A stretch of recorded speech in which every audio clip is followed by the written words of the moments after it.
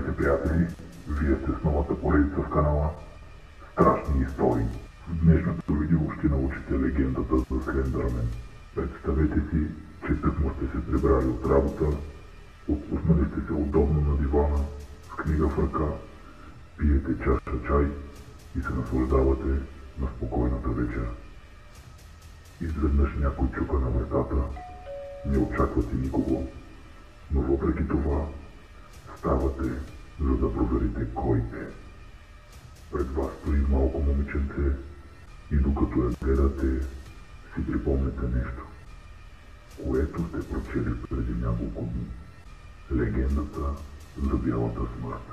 Това е история за 6-годишно момиче, което мразило живота си толкова много, че решило един ден да заличи всяка следа за себе си.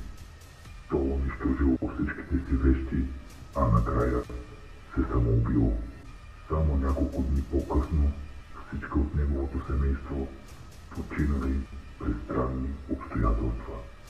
Легендата гласи, че когато научите за живота на момичето, духът му ще ви се яви късно вечер и ще почука на вратата ви, като всяко почукване ще е все по-силно и по-силно, докато накрая вие не му отворите.